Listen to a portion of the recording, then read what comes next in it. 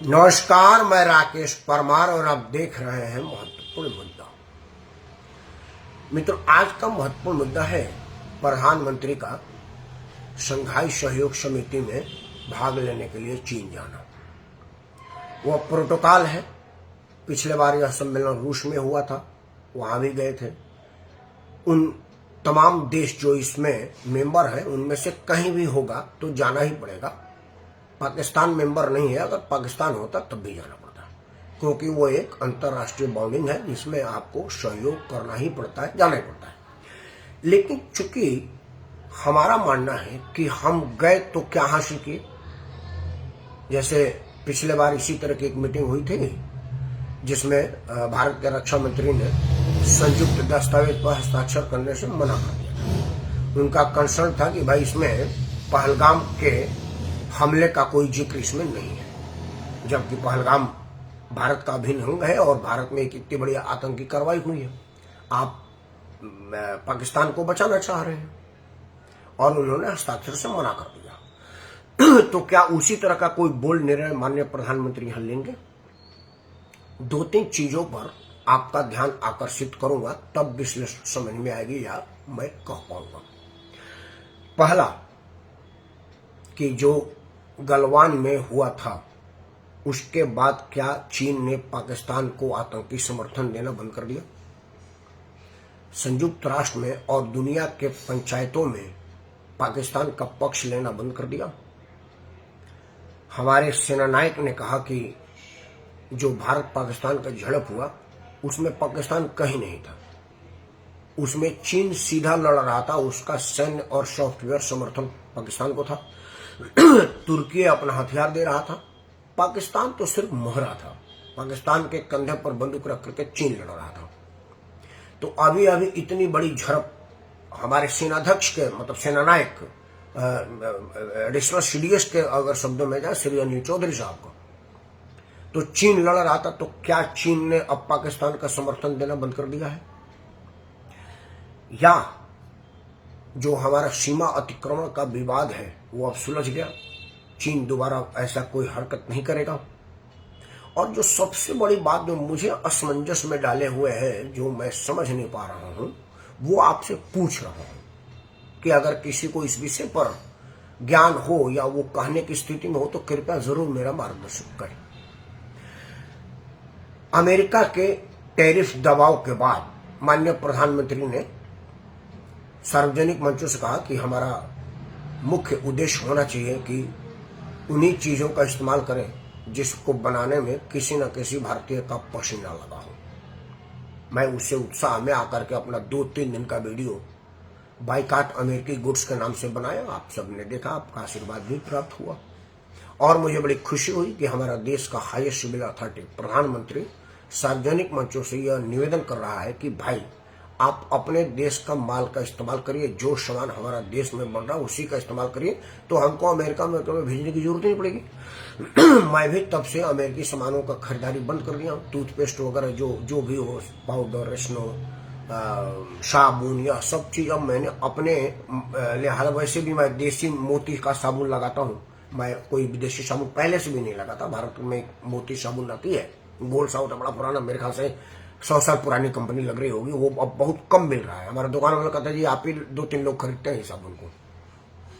Anyway, तो अगर भारत के प्रधानमंत्री का एक सार्वजनिक बयान आया आज, बाइलेटरल डायलॉग मतलब द्विपक्षीय वार्ता हुआ, जिसमें भारत के एनएसए श्री अजीत डोभाल साहब, हमारे विदेश सचिव मिश्री साहब, ये सब लोग बैठे थे और पूरी एक प्रतिनिधिमंडल थी।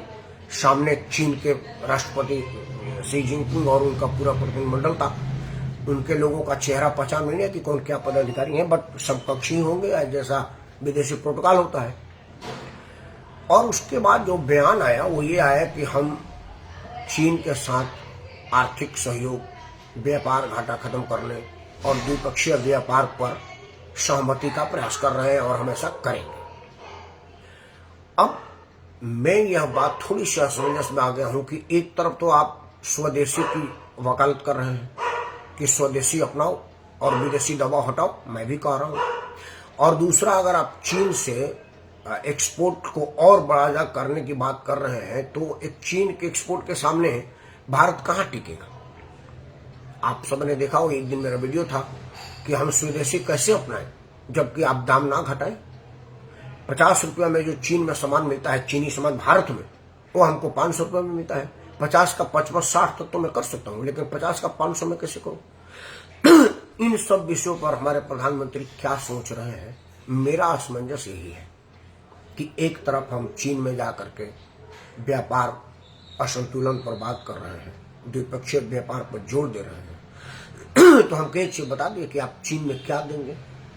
आपके पास ऐसा क्या चीज है जो चीन में सस्ता है आपसे, आपका सस्ता है और आप वहां सर्वाइव कर पाएंगे?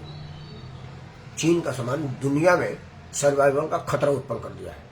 अमेरिका में इतना ज्यादा चाइनीज माल है कि अमेरिकी प्रोडक्ट वहां पर दम तोड़ रहे हैं। तो जब अमेरिका इतना आर्थिक रूप से संपन्न देश मुकाबला नहीं कर पा रहे, तो आप क्या कर पाएंगे? अगर भारत के लिए खुला रास्ता ऐसे ही छोड़ देंगे तो फिर कैसे होगा? अब मैं कहूंगा कि शायद यह अंतर्राष्ट्रीय कानून की मजबूरी है, क्योंकि कोई भी देश अपने हितों की अवहेलना के अलावा और पर कोई विचार नहीं करती है। उसका हित जब तक नहीं होगा आपके साथ नहीं चलेगी। जैसा कि अमेरिका का हुआ। अमेरिका का जो भारत के लिए नाराजगी है वो रूस से तेल लेना नहीं है। अमेरिकी किसानों का हित के लिए भारत के किसानों के हितों की कुर्बानी मांग रहा है, जो प्रधानमंत्री नहीं देना चाहते। लेकिन फिर भी भारत का कपास रोक करके अमेरिका से हम सस्ता कपास खरीदने की बात कर रहे हैं, जबकि भारत में कपास इतना होता है कि हम दुनिया में सप्लाई करते हैं। महाराष्ट्र के किसान का क्या होगा? तो यह जो दो तरह की बातें हो रही हैं, वो बात को जरा सफाई कोई दे या उसको कोई स्पष्टीकरण कर दे तो समझ में आए। मुझ जैसा कम बुद्धि वाला आदमी कैसे समझेगा?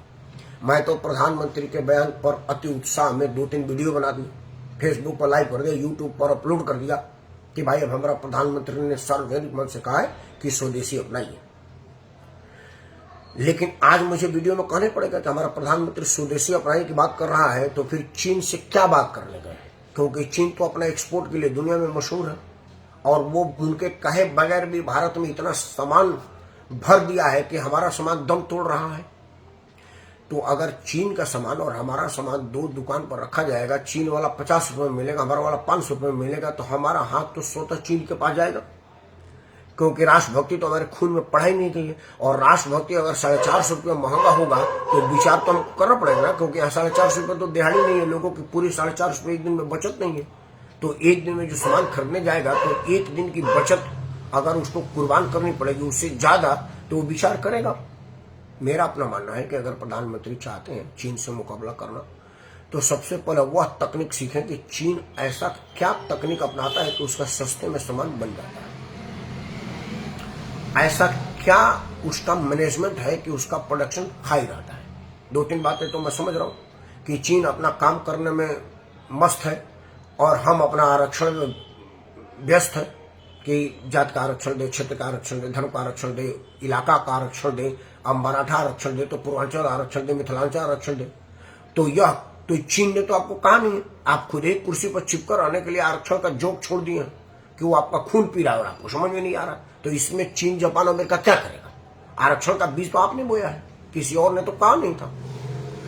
तो इन सब विषयों पर विचार करके मेरा असमंजस अगर कोई दूर करना चाहे, मेरा विश्लेषण फेल हो रहा है कि अगर चीन के साथ आप द्विपक्षीय समझौता करेंगे तो स्वदेशी का क्या करेंगे, और अगर स्वदेशी को बढ़ाएंगे तो चीन के साथ क्या करेंगे, और अगर आप चीन के साथ कुछ नहीं करेंगे तो अमेरिका के मुकाबले में आपके साथ क्यों खड़ा होगा, और अगर वो अमेरिका के साथ नहीं खड़ा होगा तो पुरानी परंपरागत अमेरिका को नाराज करने की क्या जरूरत है? इन सब विचार करेगा, क्योंकि मामला साफ छुछुंदर वाला है।